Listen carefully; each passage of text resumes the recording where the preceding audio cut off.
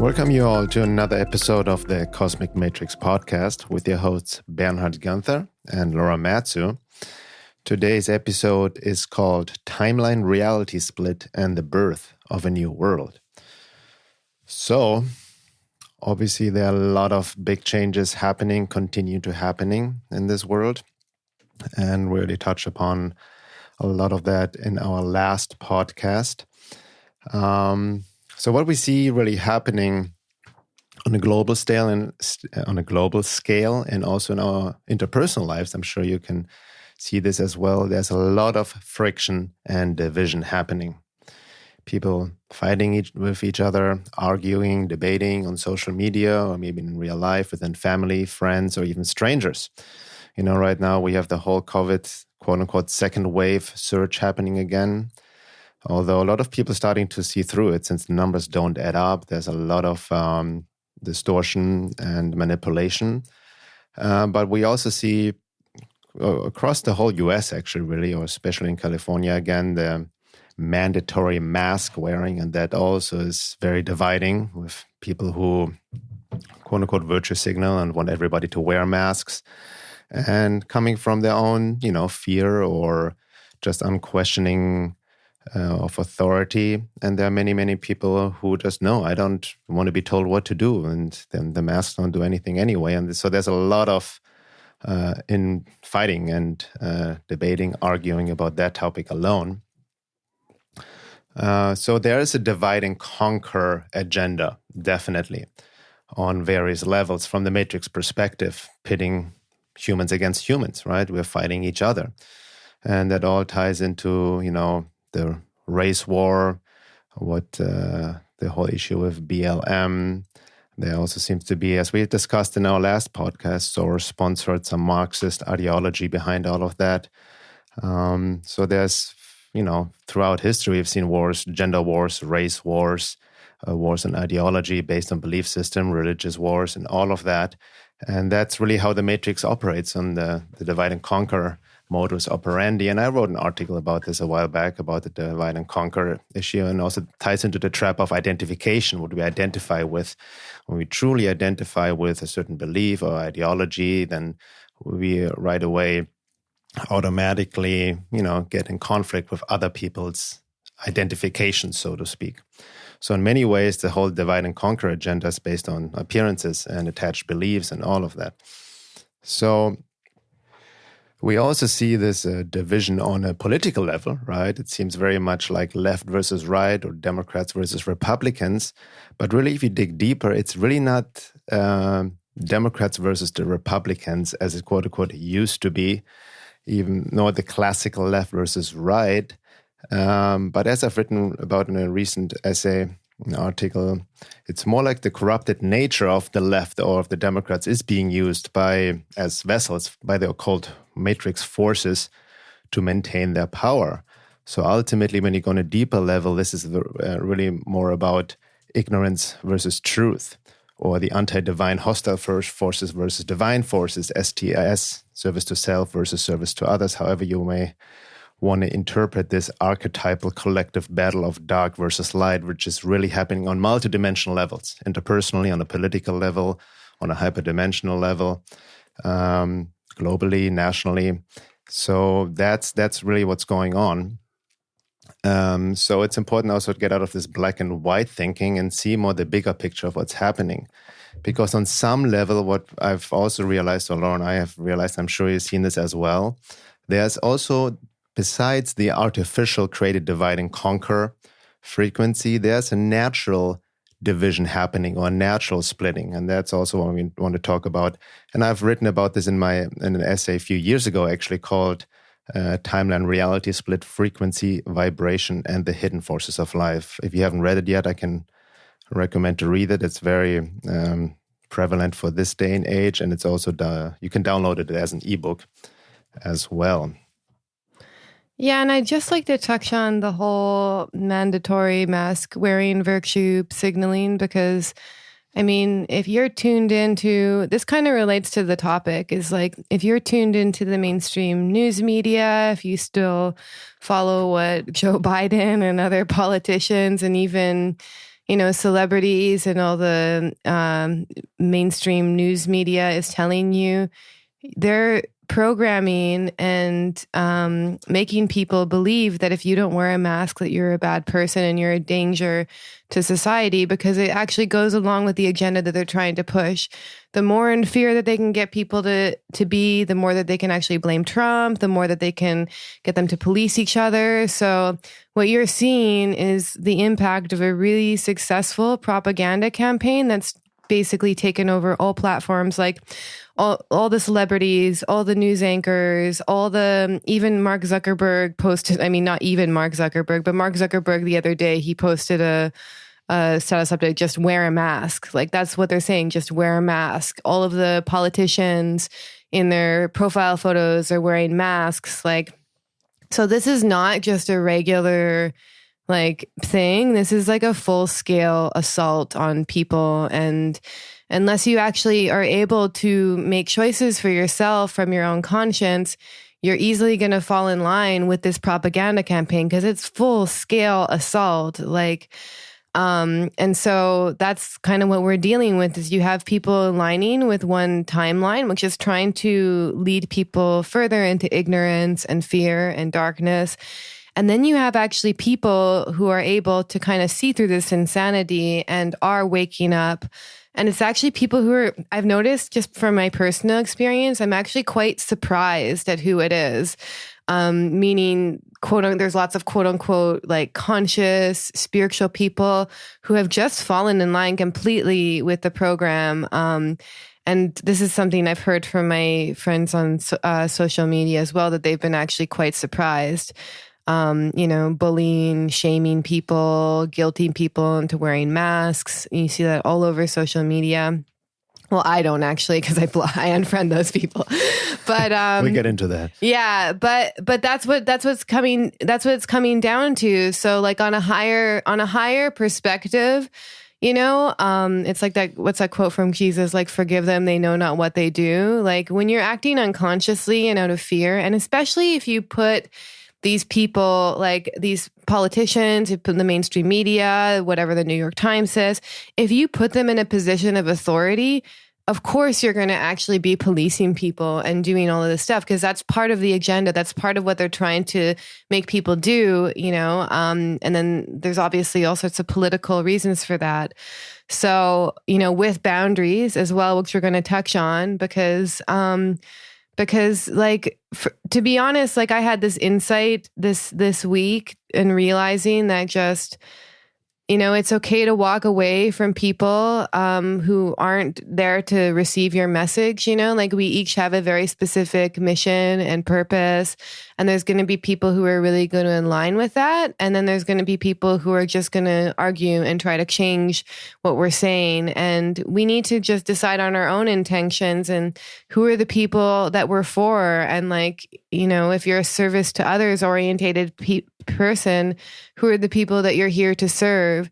And then there's also people who you're not here to serve, who aren't interested in actually your help or your insights.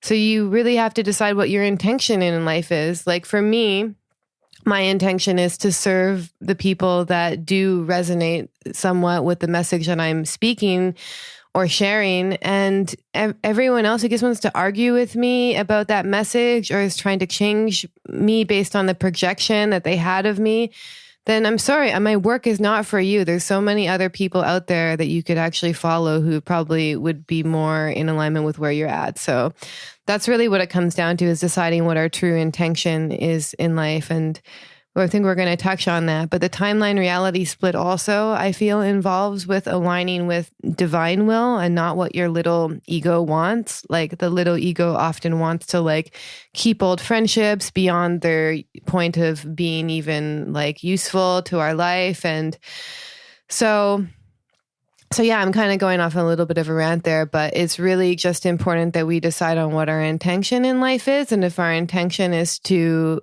consciously engage with this deeper process that's going on, then we're going to lose friends. Things are going to change around us, because that's just what's happening right now. We're at the end of an era, and at the end of a lifetime, a lot of things change. Yeah, exactly. And it also reminded me what you said before, how the Matrix works is through these attacks, gaslighting, shaming, to make you feel lesser than, through this holier than thou, moral superiority, virtual signaling and whatnot. A lot of people engage in that turn out to be very basically authoritarian followers, meaning they just don't have no ability to question authority and put authority on the pedestal. And my theory is the more you are disconnected from your essence, from your inner guidance, from your soul essence, from your intuition, your everything within you, your own inner compass, the kingdom within, the more likely you're going to follow just authority unquestionable or everything the media tells you and whatnot. And that also ties into the embodiment process or the body-mind split, right? For me, in my perception, embodiment literally means not just being in touch with your body, but means soul, literally means soul incarnated in the flesh. So the process of embodiment is about soul individualization, to what, as Guenther would say, to grow your soul, to come more in alignment with essence, or what Laura said, with divine will. And you're more connected to that, the actually easier, or you can look through the deception. You can see the lies, right? Mm-hmm. You will not. So there's the sixth sense, or like your spiritual immune system gets activated. Yeah, that's why for so many of us, it's so obvious how we're being lied to, right? Mm-hmm. Because we have that foundation, that level of being, that frequency or vibration, which I'll get into as well, as opposed to others who are disconnected from themselves, right? Who don't have. Maybe even like from an esoteric perspective, very young souls, so to speak. That ties also into the topic of organic portals, who are just in the process of developing a soul and maybe their first incarnations. And I get into this topic more in the second hour. But there are many, many different levels of being. That's what we need to consider. Yeah, and it also depends on the amount of inner work you've done, because I often reflect, not that I'm like completely healed and enlightened. I'm constantly, like right now is actually the best time to do spiritual work, because you're going to get, especially if you're speaking out, because you're going to get projected on, people are going to hate you, you're going to lose friends. Like all of these kinds of changes is actually amazing material to accelerate your spiritual and emotional growth process. So I just want to say that to start out. But then also, I look at especially this whole like racial wars thing that's going on. I wrote something on my website, which you can read. It was like a kind of free flow, like poetry style piece of writing about those who do not remember their history will be doomed to repeat it. And, if it were me a few years ago, I would have probably easily fallen into this like racial division thing if I were not aware of how Black Lives Matter was funded by George Soros, and how it has actually, the funding is now going to Joe Biden through the Act Blue campaign funneling. But anyway, all that aside, if I actually didn't work on that and like actually find forgiveness and the greater lesson in all these experiences, and to see not my grandparents as victims, but just as having to go through one of the harder soul lessons, because my grandparents, who were Japanese, were actually put into internment camps just for being Japanese in World War II, which was like not too long ago. In the last like 100 years. So now what we see happening is that people are trying to make white people responsible for the crimes of a few. And this is like racism, but they've redefined racism as to mean it has to involve inherent power structures. And there's all sorts of like doublespeak in this social justice warrior field. But if I actually didn't intentionally work on the impact of how my ancestral karma had impacted my nervous system and it impacted my relationships and my beliefs about the world, I most likely would have fallen into the same trap myself. But that was one of my main focuses in my own healing journey, because I noticed it. I noticed that the biggest thing for me to clear was, the impact of how that affected my family line and how it created addiction and mental health issues and all sorts of stuff. So there's a real impact that even Black people are most likely dealing with, as trauma that's impacted their entire family line, and that needs to be dealt with, but what the left is doing is they're hijacking the unhealed pain of Black people, and they're doing it in the most evil way, because they're doing it just so they can get their vote. They don't care about these people. And so that to me is like, this is where my own, like, I mean, I don't want to speak out against this because I get hated on so much for it. But that to me is why it's actually really important, because I've been through this kind of healing process myself.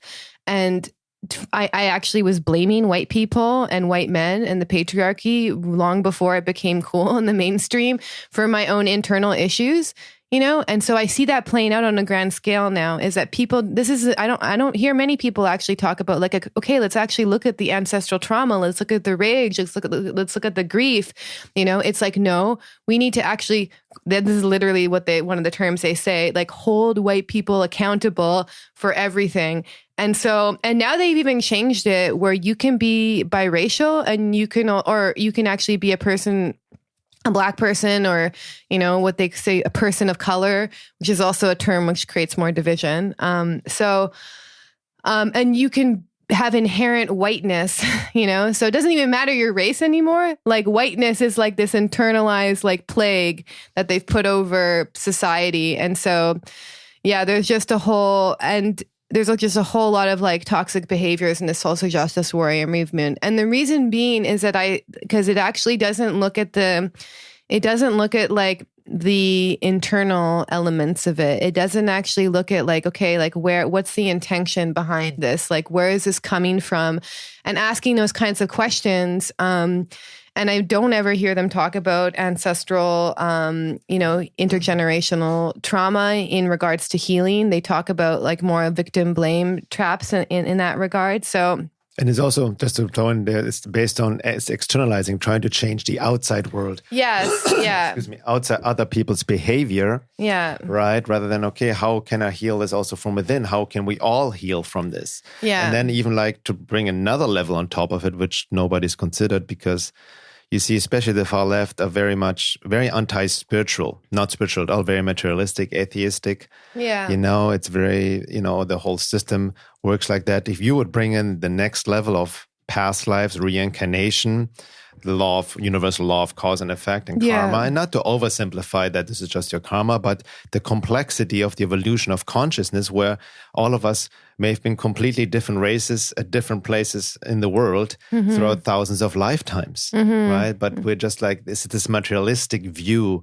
of the world, which is also feeding this race war. Yeah. Yeah, exactly. And what they're doing on a simple level is just hijacking unhealed trauma and then using it for their agenda. I even saw something like, I mean, this is like just like such a hot topic for me. I saw something the other day about how somatic trauma work is inherently racist because a person of color shouldn't be able to feel safe in their bodies in this world. I mean, that's fucked up because it's basically as like Q says, the swamp runs deep. So you see this programming infecting like all levels of reality, you know, this virtue signaling, the social justice warrior virus, and like, it's been really hard, even just for me personally, because I've just had to let go of even my compassion and inquiry group and other trauma therapists who I follow, because they're pushing this narrative. And this narrative rests on a fundamentally racist idea that white people are inherently the more privileged race, basically. And so, I mean, there's all sorts of things to get into in that, but like, obviously it might be clear for people already, I do not buy into this like whole critical race theory where you can change the meaning of racism, and racism doesn't mean you can't actually be racist against white people. So there's all sorts of things I could say about that, but I'm getting off topic. But I actually see, this is the reason why I'm bringing this up, is I actually see this splitting happening is because some of the most like vile and actually racist people are getting caught up in the social justice warrior trap. And so, you know, it's exactly as cheesy as it sounds. It's like the racism that they actually hold deep within themselves. That's what they're projecting out into the world. And so that's why even fundamentally this social justice warrior theory that it's not possible to be racist against white people is inherently racist. So you see all sorts of like hypocrisies in what they're saying and doing, which you can't point it out because they shrouded in intellectual theories, which will just defend what they're saying. But it really is like a cult, and it acts like a cult. So, if you don't actually claim that you're anti-racist in these social justice warrior circles, then you're actually racist, basically. So it's just a mind fuck. It's like there's no more Orwellian doublespeak going on right now than in the social justice warrior. That's exactly what I wanted to mention, Orwellian doublespeak. And not only like will you be attacked, but especially in this day and age, people have lost their jobs, right? Because they don't align with that agenda or are not outspoken anti-racist and whatnot, and that they're marginalized. The Agent Smith syndrome. It's the mob rules, right? Yeah. People are being forced to conform to the mob, basically, and it's by violence. Violence, like from a Christian perspective, the murderous spirit, right? Violence is not even about attacking people violently physically, but through speech, through shame, through gaslighting, through guilt, and all of that, right? And tagging into these wounds, and then makes people feel insecure, right? So, and that, bringing it back to the timeline reality split, what's happening now, there's a natural splitting happening. So it is also important, for all the reasons we just mentioned, to make strong boundaries. So boundaries are key in this day and age, and that's be it in everyday life, but especially if you engage on social media. And you see, too many people still engaging with people on Facebook who are simply trolling, right? Who engage right away in ad hominem attacks, personal attacks, gaslighting, shaming, all kinds of fallacies, strawman arguments, and cherry picking, and all of that.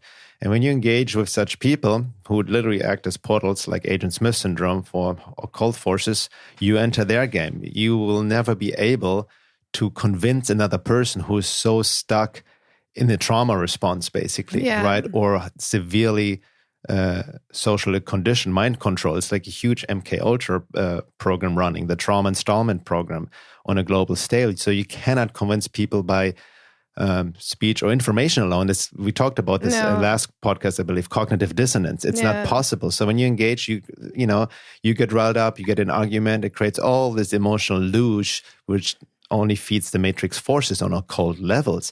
So it's important to make boundaries, to not engage. It's fine to not engage. And even Facebook or Twitter or wherever you are, if you're on social media, it's completely fine and reasonable to delete and block people. Yeah. It's your personal page, right?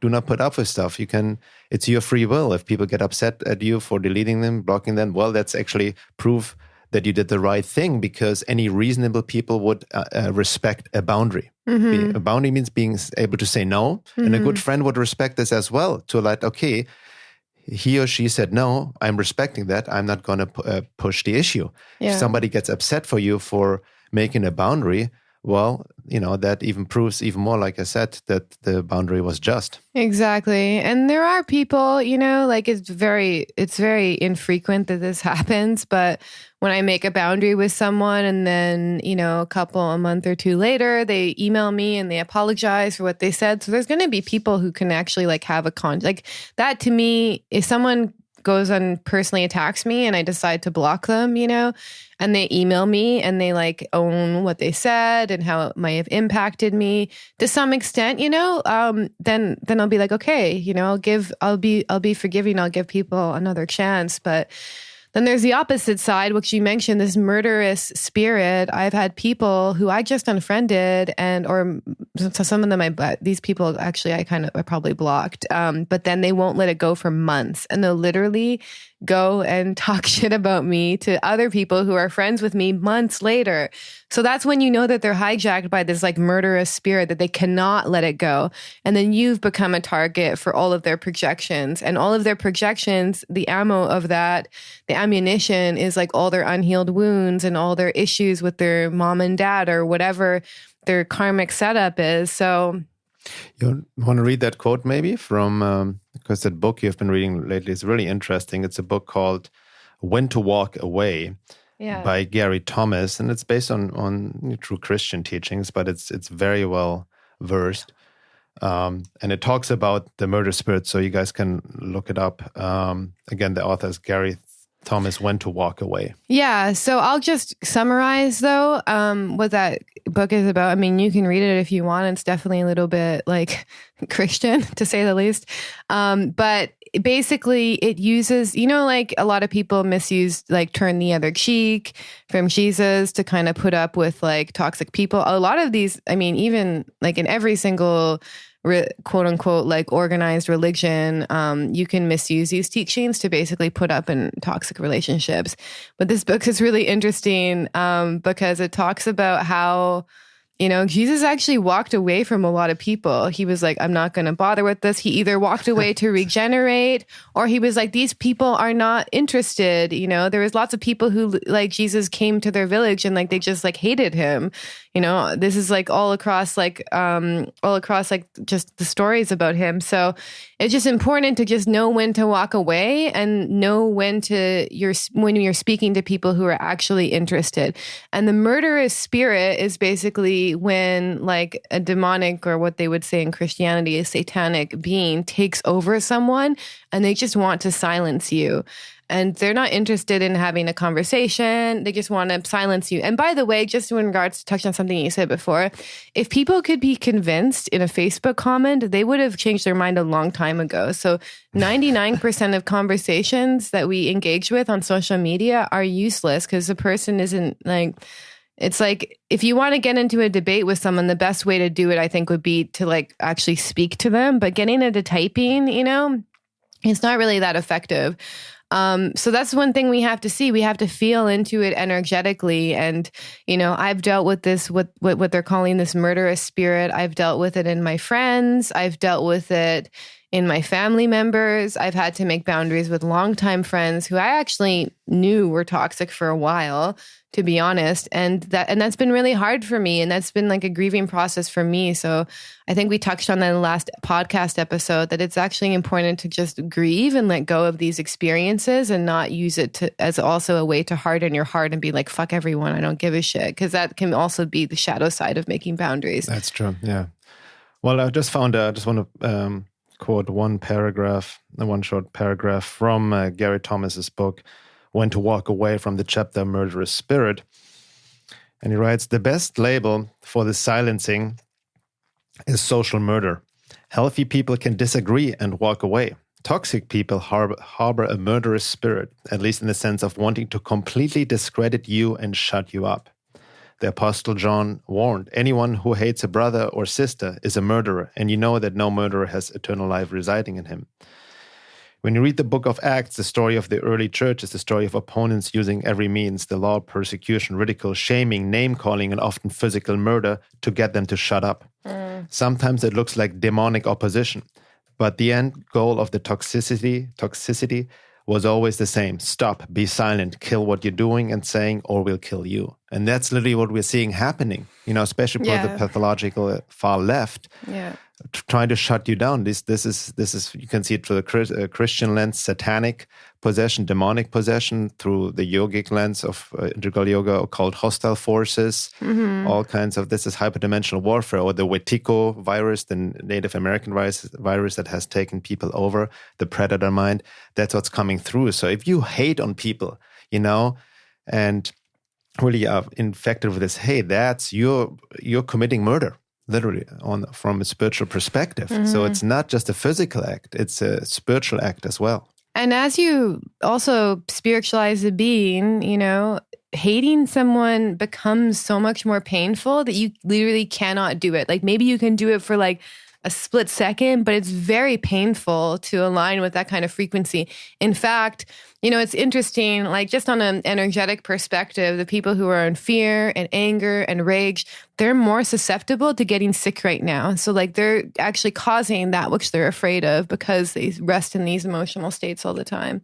So let's talk more about this splitting that's happening. So, there's kind of like two agendas that you can align with right now. You can align with the agenda that like, okay, like, this Orwellian reality where everyone has to wear a mask and social distance. Basically, for who knows how long.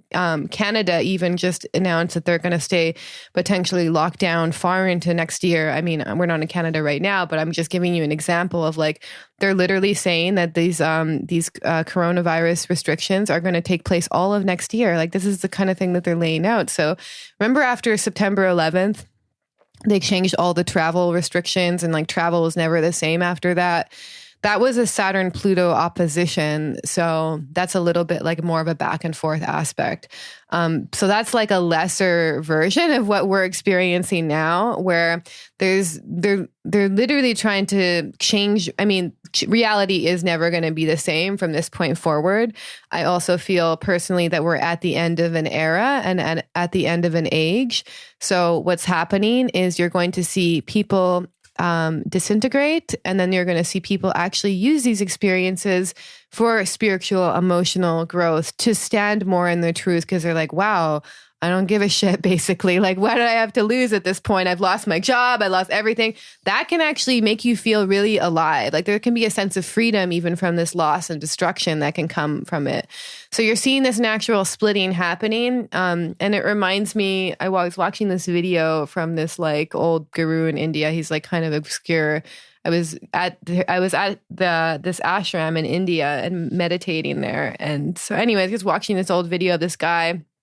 And he talked about how, when like the next incarnation of like Christ or a Buddha comes down onto this planet, if it were to happen compassionately, this force were to anchor itself in a compassionate way, only 65% of the population, 65% of the population would be able to withstand the force.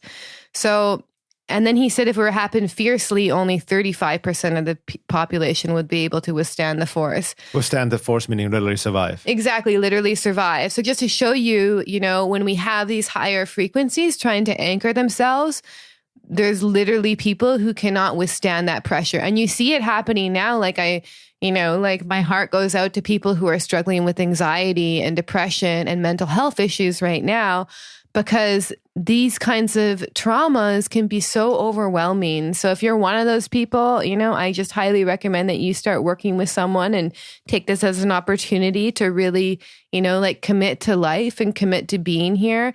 Because if you can withstand this kind of evolutionary leap, this can also be the fuel that you need to get yourself out of that inertia.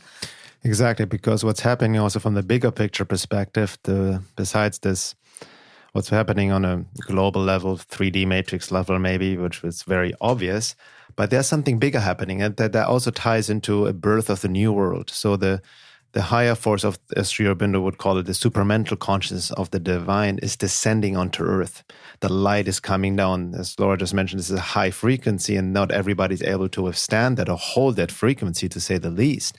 So that light brings up everything that is not in alignment. Everything is coming out of the shadows globally, and also within ourselves. Our own stuff, trauma, wounds, everything we've suppressed, ignored for lifetimes is coming up.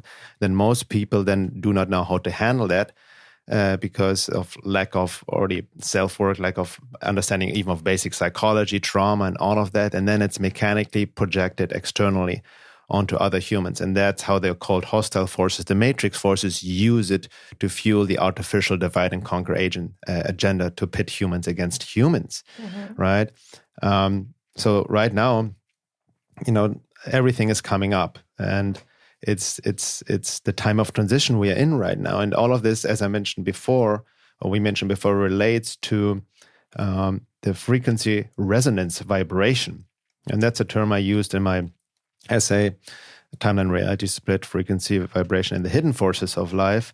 And what that basically means, a frequency resonance vibration, sounds maybe a bit new agey, but it really relates to one's level of being. And what's one's level of being means one's level of soul embodiment, right? How much you're already connected to essence, how much you've worked through your buffers, armors, wounds, traumas to connect to your true self, which is not your personality, not your beliefs, not your ideologies. It's beyond all of that. It's beyond even what Laura mentioned, your little will, what you think you want in your life. It's about alignment with the higher will, divine will. So that's really what it's about. And ultimately, we all have different levels of being and different levels of frequency resonance vibration, and that comes without judgment. right? It is really about understanding the bigger picture and the complexity of life, that we all are on different levels of being based on our soul lessons, or, based on the soul family we connect with. And so many issues, or like so many factors come in that is impossible for the mind to understand. We can only like hint at it and try to understand it reasonable, but there's also the mystery. So that's where the natural splitting happens as well, based on our frequency resonance vibration. So even like what I see happen all across the world, or even especially across the country, is many people are starting to leave their physical locations because they quote unquote resonate anymore with where they lived. Right? So it's even happening with Laura and I.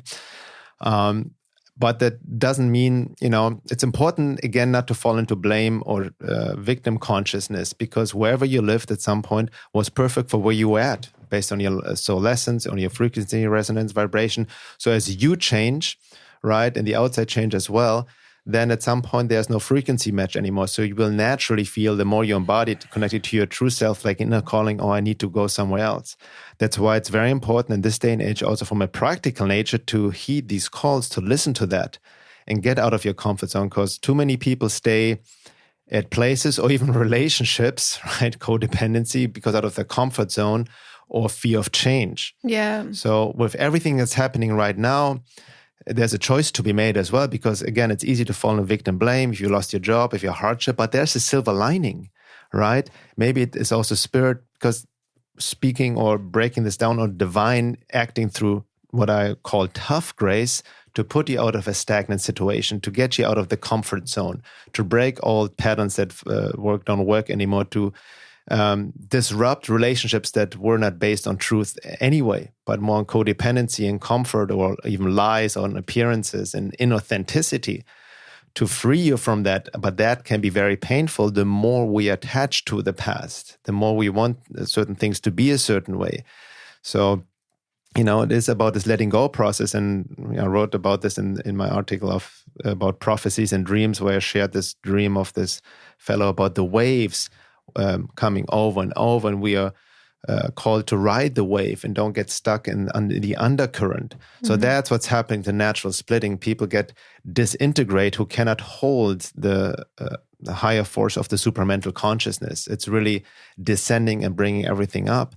And for many of us who have done this work already for years or decades, or even understand how the matrix work and have been truth seeking for so long, we are like, and the inner work too, not just the outer work. The inner work, exactly. Yeah. Have worked through our, traumas, wounds, like shadow aspects, all of that.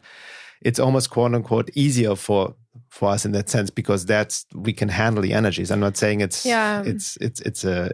just a easy, gentle ride, but we're able to work with the forces or these energies in a more conscious way. Yeah, and it's easier for people who have done a certain amount of self-work, mostly because you're going to have the resources to be able to, and I don't mean physical resources, although that can be part of it, but you're going to have the inner resources in order to be able to withstand difficult situations. So, and if you find yourself getting into anxiety and fear and all sorts of, difficult emotions. I actually, in the beginning of this, I was like locked to the news every morning. It was not it was not very good for me. And I had to kind of rebalance the scales and really focus on my spiritual practice and get back into yoga again and rebuild my strength. So, if you feel yourself, your mental health kind of disintegrating, then I highly recommend also making boundaries around what you consume and the media and how it impacts you. Like, you don't need to actually stay as informed as your own fear survival brain makes you want to think that you do. So just notice where you're at and just know how to, it's like we spoke about the last podcast, there's going to be 20% of things that you do that actually are responsible for 80% of you feeling good. So for me, that's meditation and yoga. And so if I do that and I commit to doing that, then I can actually withstand a lot of crazy stuff. So I also wanted to touch on something as well, which we just spoke about in another podcast, but it really relates to the splitting that happens. So, Basically, what's happening right now is we're going through a Plutonian process of like deep Earth transformation, deep rebirth. And just if you want to engage in this kind of evolutionary process, there's a few things that can happen because this is a very karmic situation, meaning we have choices to make now, which will impact literally the future of the Earth that we're going to be birthing into, you know? And so the more that we consciously engage with that process, and the more that we kind of, you know, follow our bliss and follow what's really true for us and follow what makes us most feel alive and what makes our soul really happy, the more that we can consciously get engaged in that process. But I noticed that people who don't, and I actually noticed in my own life, when I didn't want to engage in that process consciously, when there was parts of my life where I was intentionally ignorant, thinking that like karma would just like forget about that part of my life, you know, the more the outer emotional shocks were sent to me in order to, you know, kind of push me out of my inertia. So what I see going on collectively is we're going through this kind of Plutonian process. And the more that you consciously engage with this, using all of these experiences to become emotionally and spiritually stronger than ever, the less you're going to actually experience these outer shocks. I'm not saying this is like a hard and fast rule. I'm just saying that if you have a lot of chaos and craziness in your life, it's most likely that this is kind of this Plutonian process pushing you out of inertia, making you leave that job, making you leave that relationship that you've been holding on to. So this is kind of what's going on, you know? So the more that we actually hold on to the things that are for security purposes and kind of stay in our ignorance, it's actually a force of compassion that's trying to push us out of these places. So I just wanted to touch on that because this is kind of like these limitations are actually going to become more obvious to people now. And if you're not willing to make the changes that are necessary in order for you to make the evolutionary leap, the divine mother, or whatever you want to call this divine force of compassion, it may actually force you to, basically. Exactly. And that ties into exactly that. So with regards to this, you know, time of transition or timeline reality split, which, by the way, it's collective and personal. So there's, you know, we all are connected, all is in one. So we don't live in a solipsistic vacuum, you know, so we all affected by the collective energies. But there's truth also what, you know, you may experience in your personal reality, intermediate reality based on this process. So, you know, all of this is still going to affect everyone differently in their own life, so to speak, while at the same time, we're still obviously all connected, interrelated. I'm just tying into the idea of reality creation because there's some truth to it, although it's not as black and white or superficial as in the New Age, the secret style. But again, with regard to the time of transition, timeline reality split, there are basically, as Laura just said, various choices, you know, we are being forced to do, and people make either consciously or unconsciously into varying degrees. And these choices may also overlap. So number one, what we see also on a global level, a lot of people resist the planetary changes underway and outwardly project their own internal discomfort onto others in a situation, basically shadow project, getting caught up in the trap of blaming, complaining, reactive mechanical behavior, and victim consciousness, which is also the frequency the matrix vibrates on. And all of which is our response is that the matrix and the cabal want and feeds off of, because it keeps people enslaved, as people actually out of their own quote unquote manipulated free will enslave themselves, and while it drains their life force and inner power. And then in order to resist the discomfort, people can also easily numb themselves, especially with the self-isolation, instead of using the time creatively and productively to learn more, to study more, to understand what's going on in the world, learning more skills, taking your life in your hand, you know, focusing on your profession, learning your, you know, just creating your own life, empowering yourself. A lot of people can just, you know, okay, I'm just going to smoke pot all day, watch Netflix, get stuck on the internet. Yeah, that's usually a sign of depression too. Exactly. And that's also a trauma response because they're overwhelming. So then addictions can increase. And by the way, you know, I think we talked about in our last podcast, hinted as well, the suicide rate has skyrocketed. Nobody's talking about that. Yeah, right? It's sad. Yeah. So it's very, very sad. And especially I came across an article, millennials attached people between like 25 and 35 has skyrocketed by 30%. Yeah. So, you know, so we can then also numb ourselves, right? Distract ourselves from the changes with all kinds of addictions. And including social media. Including social media. And the internet, exactly. which is like probably the most common addiction is the internet, and food is probably one that like at least you have one of them. Yeah, I mean, again, like it's great to be on the internet to learn, to educate ourselves, and understand what's happening, staying informed, as we mentioned before, or even network, connect with others, great. But if you use too much time for that, what's going on in your personal life? How can you use this time also more creatively, productively, right? Yeah. Like Laura said, to use the energies, to work on yourself, to follow your bliss, to figure out your life. What is my intention? What do I truly want? And co-create, start in this process of co-creation. And I just want to touch on that. So if you're having trouble, with that, it's also important that you deal with the basic 3D physical aspects. So your like physical health, your emotional health, and your spiritual health. Because like, yeah, it's great when you say, like, okay, work on your business, start your own business or whatever.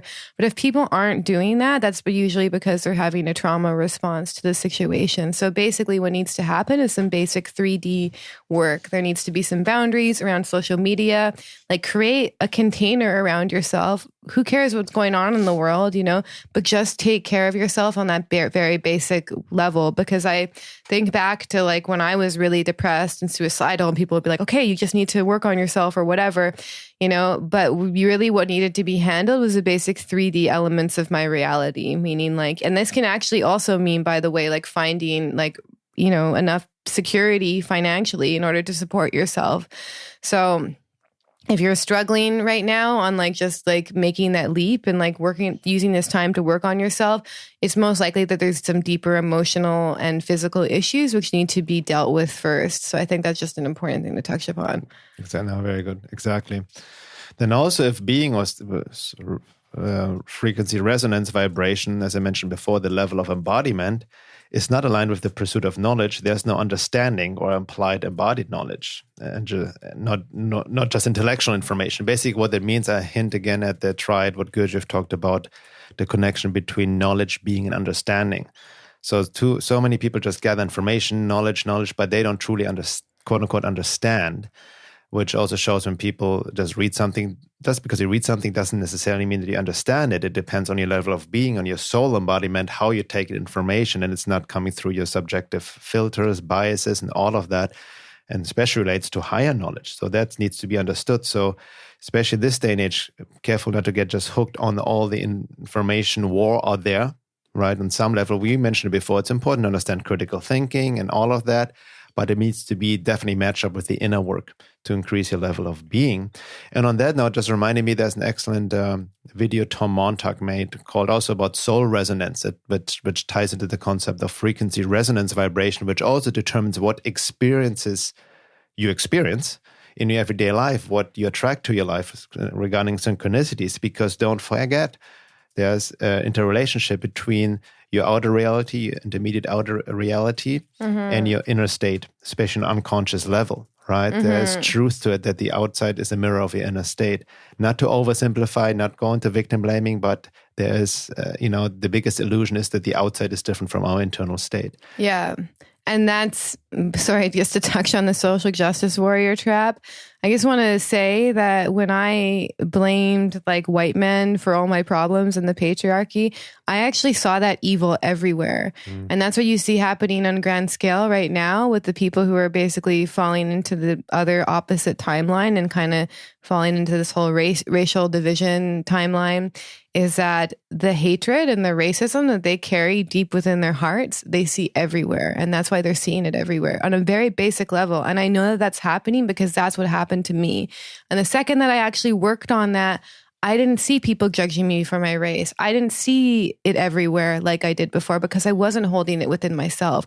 There's totally a correlation there. And, if any social justice warrior heard me say that, they would think I was taking a spiritual bypass. But I know it to be true from my own experience.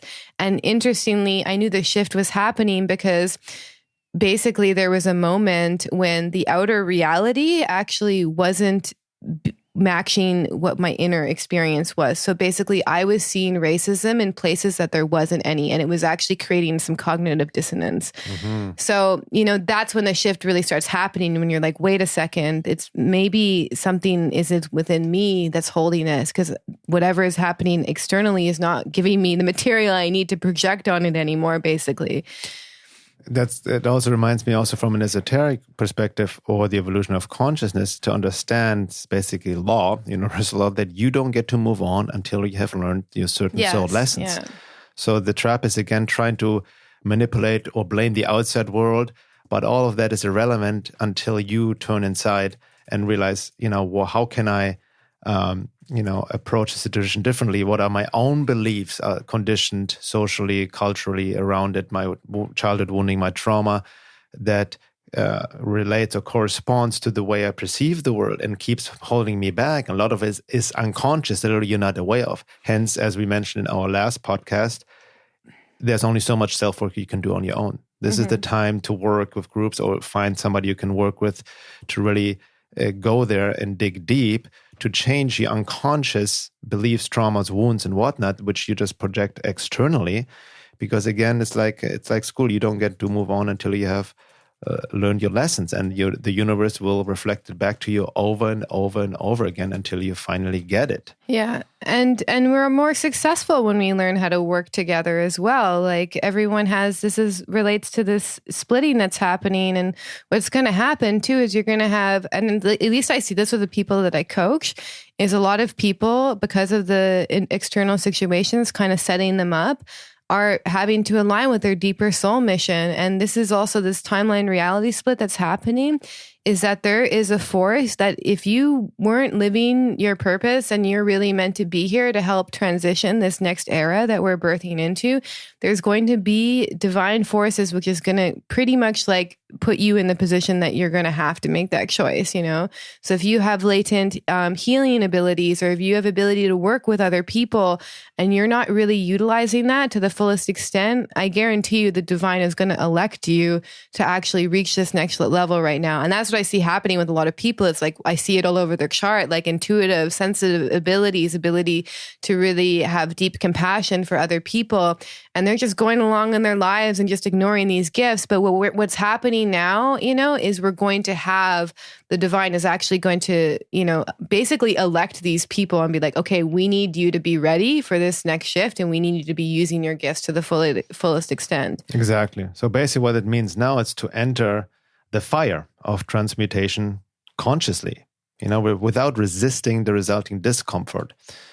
And how do we do it? Again, via sincere engagement with self-work, embodiment practices, seeking truth as well, while letting everything that is in the way of reconnecting to who you truly are burn away, also under many masks of social, cultural programming, personality, ego identifications, and so forth, to open your heart to its connection to the divine, because that's what Laura said at the beginning. That's where the spiritual aspect comes in. The supramental consciousness is so important.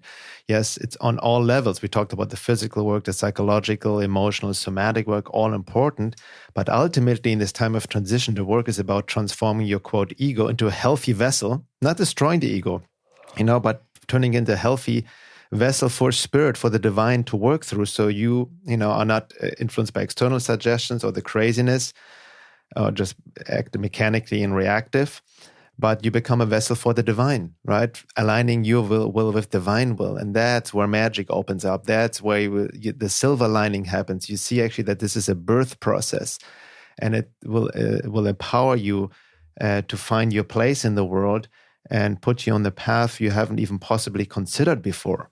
So that's very important to keep in mind, the bigger picture here.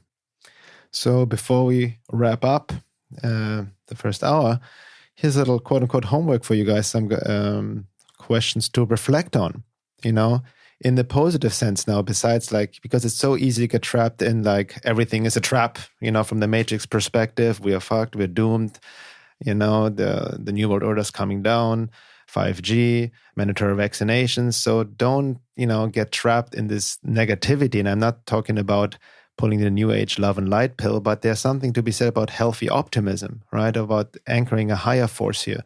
So here's some questions for you. What are you grateful for? Can you find gratitude in something in your life? What are you grateful for? Remember that, things you may take for granted. Where's the silver lining in your life? With everything that's been going on, maybe something new wants to be birthed and nurtured. What are you ready to let go of? As you mentioned at the beginning of this podcast, be it relationships, social media, friends, or even family members, or even your physical location. Maybe you need to go somewhere else, tune into this deeper calling, deep in your body, in your gut. And on a very practical level, what is one small step you can take towards doing that today? So letting go of something that needs to be letting go of. And practical actions, engaging in practical actions. Exactly. Yeah. And so in the second hour, we're going to talk more about like the three main kind of survival or three main routes that people can take during these times. Why, it's important to align with divine will and how this will make the transition easier for you. What does it mean to align with divine will? And just some other things about, this collective and individual process that we're going through, and how we're also, this awakening process is really also reaching a bit of a critical mass as well. And how death is an opportunity, and kind of what happens usually near the end of a life, and how that relates to the end of the era that we're in as well. Yeah, and I also want to touch upon the interrelationship between individuality, sovereignty, and being. Also from a higher perspective, talking about the concept of the wanderer, because many of us, we came here. This is what we signed up for, folks. And I want to also talk a little bit what I mentioned before, just touch upon the topic of organic portals, soulless humans, to give a bit more context, because that's one of those topics that have been very misunderstood, I noticed. And if you're not a member yet, go to veilofreality.com. You can sign up to have access to the second hour of the podcast and also to the forum. Yeah, and I just also want to remind people that Bernhard and I will be offering more group work in September as well. So that's all we're going to tell you about it. But if you do want to be notified first, because we are going to take a fairly small group this time, please sign up to our mailing list if you aren't already. All right. See you guys in the second hour.